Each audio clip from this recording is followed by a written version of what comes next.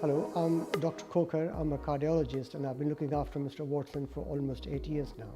Well, when I saw him 8 years ago, he did have some concerns about chest pain, which obviously concerns us in case it's coming from the heart.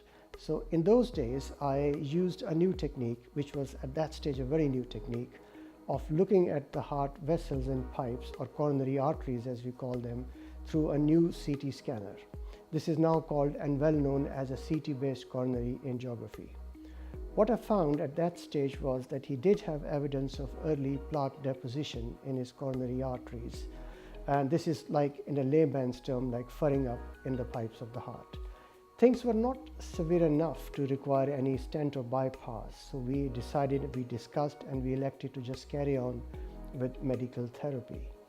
Now, in those days, the best treatment we could offer would be aspirin and a high-dose statin to dramatically lower the cholesterol. And that's where we had left things. Well, before that, over the years, I noticed that Mike was not taking the statins as I would have wanted him to, because that is the best way of preventing further progression of these plaques. He would come every other year roughly, and we would do a different kind of test to ensure that he doesn't have much angina. But we had not looked at his coronaries again up until very recently.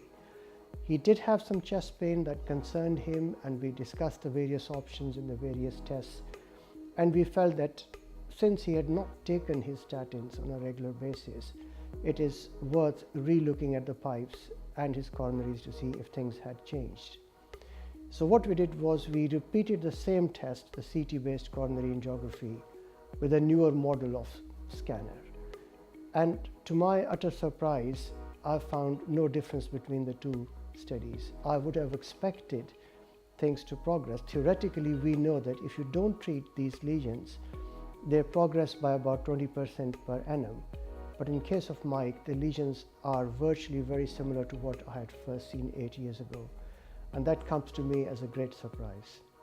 I am rather unable to explain as to why his disease has not progressed, because we heavily rely on high-dose statins that he says he has not taken.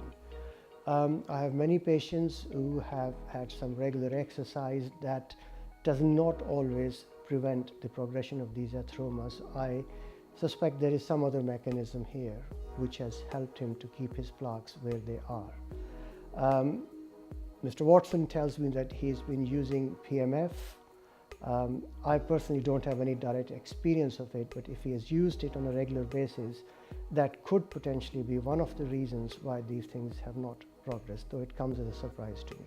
Well, first of all, I think we need to do proper randomized controlled trials where we take a good number of patients, treat half of them with PMF and half without, and then follow it up to see if the results are different. If we prove it, that is going to be a huge game changer, because statins do have their side effects. Statins do affect your body metabolism, and PMF seems to be completely non-invasive. So that will be a big breakthrough in my opinion, if we were to prove that. Well, the impact would be, I think, in two ways. One is the group of people who cannot tolerate statins or would not want to take statins because they interfere with their other medications. And these can be offered, these new treatments, for example.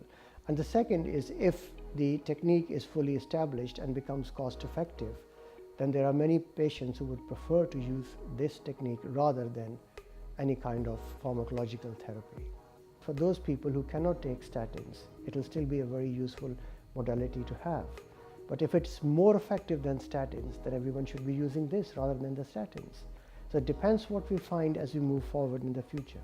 I mean, we always are looking for newer ideas. We always are looking for newer technologies to help people.